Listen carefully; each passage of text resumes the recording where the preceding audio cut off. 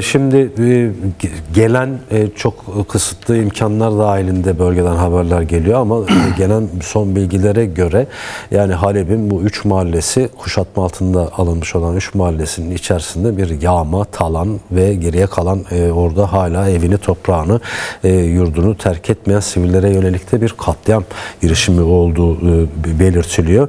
Bunu daha önce çetelerin paylaştığı kimi görüntülerde zaten gördük. Uyarılara rağmen bazı görüntüler sızmıştı ama şimdi gözüken o ki bu görüntülerin hiçbir şekilde dışarı sızmaması yönünde bir talimat da alınmış ama uzaktan da olsa çekilen bazı görüntüler var. Evleri ateşe verildiğine ilişkin görüntüleri de görüyoruz. Açık bir etnik temizlik girişimi olduğu gözüküyor. Sen nasıl yorumluyorsun bu o ayın 12'sinden sonra 6 günlük bir sürecin akabinde yaşananların ısrarlı bir şekilde Şam yönetimi tarafından uluslararası kamuoyunun gözünden kaçırarak bildikleri tarzda o cihatçı selefi zihniyetle devam ettiği gözüküyor. Sözü sana verelim ben fazla. Teşekkür ederim. Yani tabii şunu açıkça görüyoruz ki maalesef yani bu 3 mahallede Şeyh Maksut, Eşrefiye ve Beni Zeyd'de büyük bir katliam yaşandı ve bu katliam sonrasında da sözünü ettiğiniz gibi hala toplum yani orada yaşayanlar da var ama çoğunluğu çıkmış kentten değişik yerlere sürgün etmek zorunda kalmış insanlar, göç etmiş. Şu anda gazetenin şimdiki açıklamasına göre 170 binlik bir rakamdan bahsediliyor. Çünkü her 3 mahallede yaklaşık 500 bin insan nüfusundan söz ediliyor. Çok global rakamlar tabii söylerim. Çok emin değilim tüm rakamlardan ama büyük bir topluluk var bu 3 mahallede. Biliyoruz ki Halep büyük bir şehir zaten. Halep Suriye'deki Şam'dan sonra en büyük vilayetin kendisi.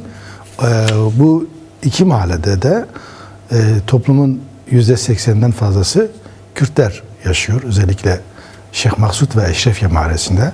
Yine diğer mahallede de çoğunluğu Süryanilerin ve Ermenilerin birlikte yaşadığı bir mahalle. Bu 3 mahallede yani şu anda ki pozisyona bakıldığında büyük bir insanlık trajedisi yaşanıyor tabii. Büyük bir katliam var.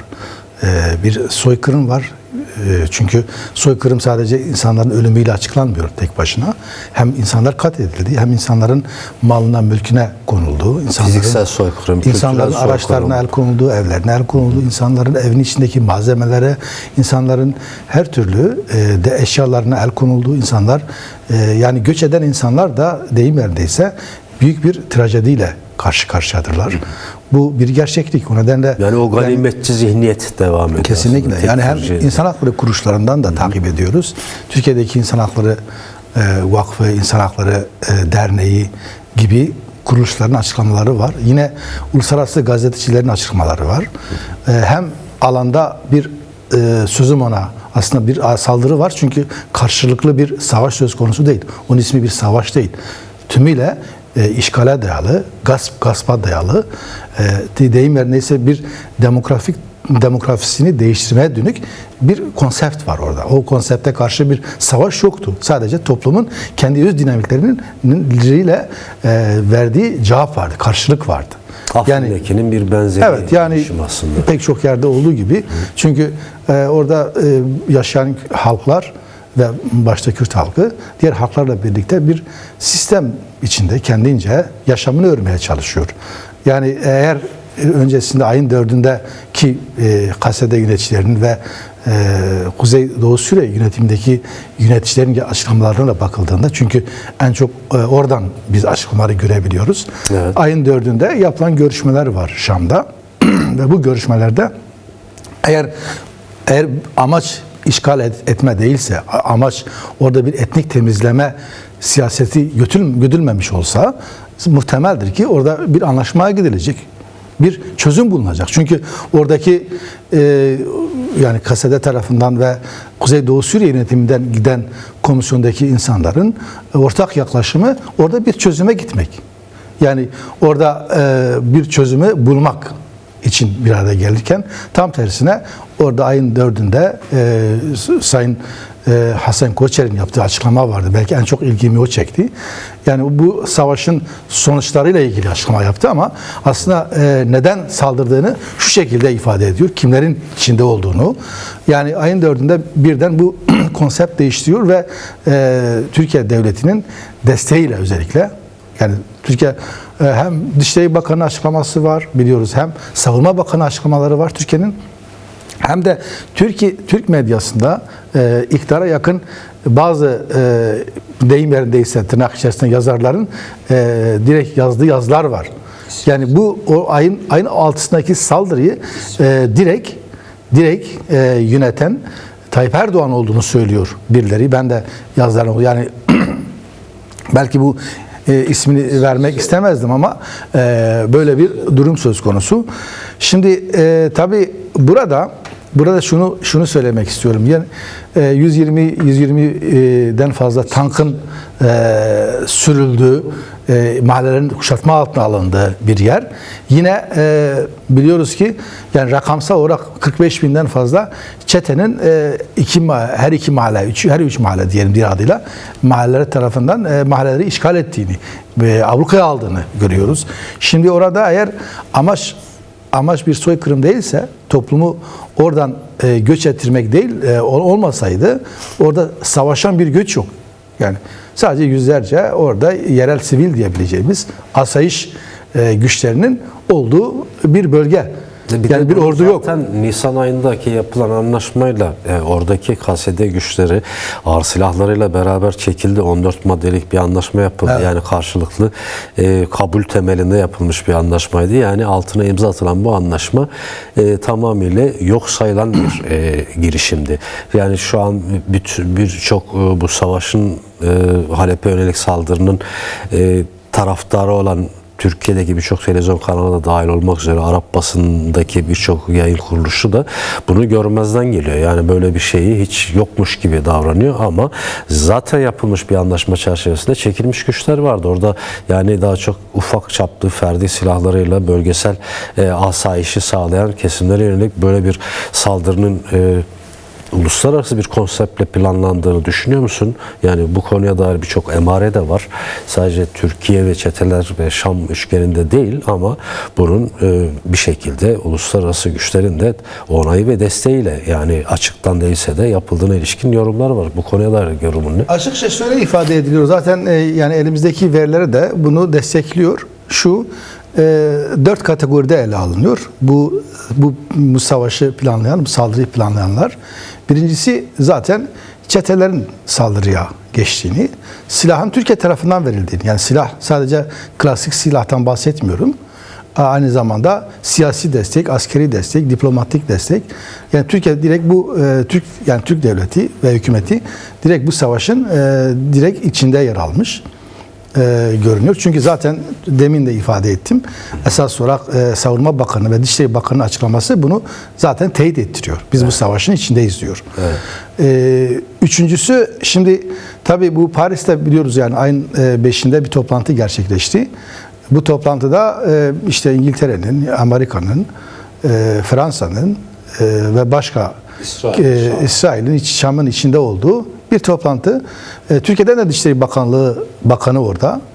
Türkiye Dışişleri Bakanı her ne kadar bu fotoğrafı vermese bile, yani direkt bu toplantının içinde resmi olarak yer almamış olsa bile en azından açıklamada, ama arka planda olduğu ve bu istişarede kendi görüşleriyle de böyle bir konsepti hazırladığını biliyoruz. Hı hı. Şimdi tabii diğer taraftan zaten saldırı başladıktan sonra dikkat edersek yani Donald Trump bir açıklama yaptı. Yani bu savaş olmamalı, saldırı olmamalı. Orada bir soykırım yapılıyor diye bir yaklaşım ortaya koymadı. Sadece tarafları sükunete çağırıyoruz diye bir yani diplomatik bir dil kullandı. Aslında oradan da anlıyoruz ki uluslararası güçlerin de bu yapılan saldırıya, yapılan bu etnik temizlik operasyonuna sessiz kalarak bunu desteklediğini anlıyoruz buradan. Hı hı. Diğer taraftan dördüncü bir taraf da şimdi işte Türkiye, özür diliyorum, Suriye Arap ordusu diye tarif edilen bizim bildiğimiz bu çetelerin birleşimiyle oluşan şu an ismini Suriye Arap ordusu olarak koydukları bu çete koalisyonu bunu kimin kılıfıyla saldırıyor? Suriye'deki geçici hükümet kılıfına bürünüyor. Yani onun kılıfı altında, şemsiyesi altında bu saldırıyı gerçekleştiriyor. Bu dört noktayı da bir araya getirdiğimiz vakit oradan anlıyoruz ki aslında bu plan tek başına çetelerin planı değil. Hem kendi yani şu anda yöneten geçici hükümetin, Türkiye'nin ve uluslararası koalisyonun, yani özellikle bu işi şu anda orayı koordine eden devletlerin içinde olduğunu anlayabiliyoruz maalesef. Hı hı. Yani buradan şunu anlıyoruz tabii, yani şöyle biliyoruz ki Şeyh Maksud Kasede'nin denetiminde olan bir bölge değil.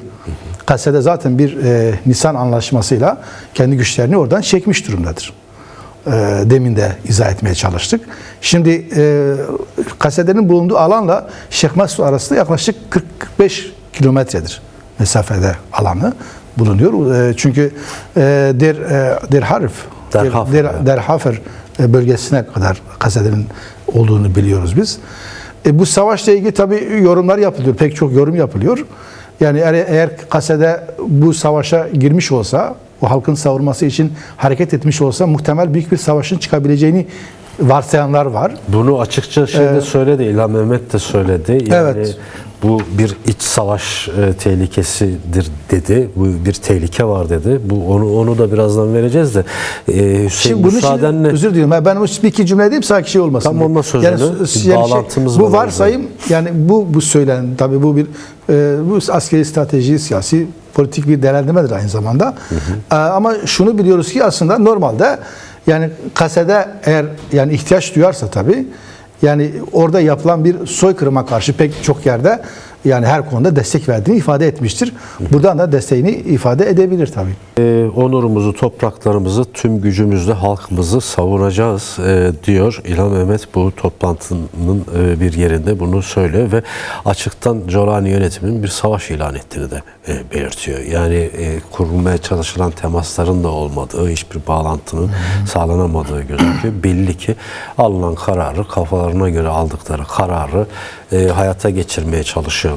Yani şer'i yasaları tüm Suriye satında Alevisi, Süryanisi, işte Dürzisi, Kürdü, Çerkezi, Arabı bütün halklara bir deli gömleği gibi giydirmeye çalışıyorlar. Yani toplumun benimsemeyeceği bir yaklaşımda ısrar eden bir tutum gözüküyor. Uluslararası güçlerin de bir onayı ve desteği var burada. Hatırlatayım ben. Von der Leyen çatışmalar daha devam ederken Şam'a gitti. Size şu kadar para vereceğiz, şu kadar destek sunacağız diye. Hiçbir şey yokmuş gibi ortada. Avrupa Birliği'nin yaklaşımında bu olduğunu. Yani en sözüm ona tırnak içerisinde demokrat gözüken kesimin yaklaşımının bu olduğunu da hatırlatalım tekrar. Evet. Şimdi tabii biz öncelikle bir daha şeye dönsek, yani insan hakları dağlarında çok önemli bir şey oldu. Dün Sayın Metin Bakalcı TİV'in genel başkanıdır biliyorsunuz. TİV Genel Başkanı bir açıklama yaptı. Yaklaşık 300 kişiden fazla insanın katledildiğini rakam olarak verdi. Ayrıca 170 kişiden fazla insanın da şu anda kaçırıldığını elimizdeki verilere göre ifade etti. Ki 5 tanesi de Hevasor çalışanı. Evet. Yine tabii yani Kasede'nin bugünkü açıklamasına bakıldığında 170 binden fazla insanın yerinden edildiğini söylüyor. Şimdi bu kısa bir zamanlık dilim içerisinde, yani 3-5 gün içinde bu kadar insanın büyük bir insan hakkına maruz kaldığını görüyoruz. Göçe zorlandı. Evet, yani insanların evinden zorla çıkarıldığını, hiçbir gerekçe olmaksızın, yani hiçbir nedeni olmaksızın sadece oradaki insanların yaşam hakkını, barınma hakkını, beslenme hakkını, insanca yaşama hakkını hepsini eline alarak bir saldırı düzenlediğini ve bu saldırının kendisi aslında bir savaş suçu olarak nitelendiriyor her bir kesim. Özellikle insan hakları savunucuları ve gazeteciler. Şimdi tabii ciddi bir çalışma var. Hem Türkiye'de hem uluslararası alanda insan hakları kuruluşları ve gazeteciler o alana girmek istiyor. Oradaki durumu yerinde görmek istiyor. Çünkü yani büyük bir saldırı olmuş ve bu saldırının sonuçlarını hala dünya kamuoyu bundan haberdar değildir. Yani çeşitli veriler var ama bu verilerin tümü hala raporlanmış değil. Resmi olarak yazılmış değil.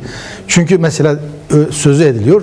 Bu kadar insanın bir kısmı Halep'e gitmiş örneğin. Halep merkeze göç etmiş. Halep'in başka mahallelerine gitmiş insanlar.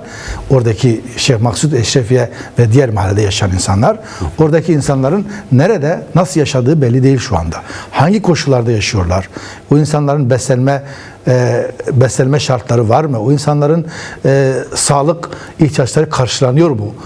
O insanların muhtemel ciddi bir hastalıkla yüz yüzedirler, karşı karşıyadırlar. Çünkü her birimiz biliyoruz ki bu tip savaşlarda ya da bu tip saldırılarda göç eden insanlarda ciddi bir hastalık, bulaşıcı hastalıklar örüyor ve bu hastalıklar sonucu çok insanın hayatını kaybettiğini biliyoruz. Kış koşulları. Bunu Gazze'de gördük zaten. Kış koşullarında. Evet. Şimdi tabii bunun için çok önemli bir konu orada bu durumu tespit ederken bu iş bir dram değildir. Ama aynı zamanda aslında toplumun bir trajedisidir. Burada yapılan saldırı kesinlikle gayrimeşrudur ve herkes tarafından bu saldırı herkes tarafından eleştiri konusu yapılıyor ve mutlaka bu saldırıdan vazgeçilmesi lazım. Bir bu. İkincisi şimdi tabii bu siyasi yönlerini pek çok kesim kendi tarafından bunu izah ediyor. Ama gerçek bu tarafların yaptığı açıklamalar maalesef çoğu taraf özellikle bu durumu meşru gören taraflar, bu saldırıyı kendince reva gören, yani bunu kendine göre açıklayan kesimler var. Bunun doğru olmadığını biliyoruz biz. Çünkü Kasede'nin açıklamaları var. İşte Kuzeydoğu Suriye yönetimindeki yöneticilerin açıklamaları var. Ve çoğunlukla bu açıklamaların geçmişten beri teyit edildiğini görüyoruz biz. Daha doğruya yakın açıklamalar olduğunu biliyoruz. Neden? Çünkü orada bir insan hakları ihlali var, bir soykırım girişimi var, bir etnik temizleme girişimi var ve buna karşı halkın kendi kendine ortaya koyduğu bir direniş var. Ama bu direnişi görüyoruz ki yani Kürdistan'ın 4 parçasında, hatta dünyanın pek çok tarafında Kürtler ve dostlar bu direnişi büyütüyorlar. Çünkü orada bu saldırı orayla sınırlı kalmıyor. Hepimizi yaralıyor. Yani her yerde yaşayan Kürt halkı olarak nerede yaşıyorsa, dostları olarak nerede yaşıyorsak o saldırı aynı zamanda bizi de vuran bir saldırıdır. Onun için tabii ki yani Sayın Dilan Çetinkaya'nın yaptığı değerlendirme doğru bir değerlendirme. Yani İsviçre'de yaşayabiliriz, Belçika'da da yaşayabiliriz. Dünyanın neresinde yaşıyorsak biz bir halk olarak buradaki saldırıya, buradaki soykırıma karşı bir tutum sahibi olmak durumundayız. Ve bunu daha güçlü bir sesle de örgütlü bir şekilde dünyaya duyurmak gerek. Ve bunu şunu gördük ki mesela pek çok zaman bunu tarihsel arka planı var. Yani daha büyük saldırılar karşısında halkın haklı, adalete dayalı, kendisini var etmeye dayalı yürüttüğü mücadelede başarılı olduğunu biliyoruz biz. Yani bu konuda elbette ki yani bizim yani elbette ki bir sarsıntı geçiriyoruz ve bu bizi acıtan bir saldırıdır. Yani o insanların 4. 5. katta hayatını kaybeden genç kadınların, çocukların nasıl binalardan cenazelerine atıldığını gördük. Bunu kameralarda gördük. Şunu gördük zaten, bu DAEŞ'in ilk çıkışıyla biraz bir benzetme görülüyor. Evet. Yani DAEŞ hatırlıyoruz ilk çıktığında DAEŞ Kerkük, Musul ve Şengal tarafında halklara saldırdığı vakit insanların keleleri nasıl uçurduğuna tanık oluyorduk biz. Bu bir anlayış, o anlayışın bir devamıdır. Aynı anlayıştan besleniyor maalesef. Yani bugün yani geçici bir hükümet kurulmuş, yani ismini değiştirmiş olsalar bile, değiştirmek isteseler bile aslında maalesef o anlayış değişmemiş. Yani bu çete anlayışı, talancı anlayış, diğer halklara kesinlikle yaşam hakkı tanımayan, başka inançlara, başka politik görüşlere, başka topluluklara kesinlikle yaşam hakkı tanımayan bir anlayışa sahiptirler. Bunu Şengal'da gördük, Kobani'de gördük, pek çok Afrin'de gördük, Girisipi'de gördük, Kerkük'te gördük, Musul'da gördük, Bağdat'ta gördük. Bugün nerede görüyoruz? Halep'te görüyoruz. Onun için aslında bu bir bütünlüklü bir anlayıştır maalesef. Bu anlayışa karşı, çünkü biz haklıyız. Biliyoruz ki bu halklar orada özgürce yaşamak istiyor. Kendi kimliğiyle yaşamak istiyor. Meclisini kuruyor. Doğal olarak. Onun en insani hakkıdır. Bir başkaldırı yoktur. Bir sisteme karşı bir başkaldırı yok. Sistem gitsin oradaki insanları katletsin. Öyle bir şey yok. Sistem zaten kurulan sistemin kendisi tırnak içerisinde meşru değildir. Düne kadar bu işin başında olan Jolani kendisi uluslararası alanda herkesin terör diye tanıdığı bir şahsiyetti. Amerika'da karşılandı. İşte maalesef pazartesi günü Berlin'e çağrılmış. Berlin'de Almanya Başbakan tarafından kabul görülecek. Yani Kürtlerin ciddi bir tepkisi var buna karşı. Uluslararası alanda halkların büyük bir tepkisi var. Suç duyurusunda da bulunulmuş Almanya'da. Çünkü Jolani suçludur. Sadece bu Resmi haletteki olarak saldırıyla ilgili değil. savcılığa Genel olarak suçlu başvurulmuş. zaten.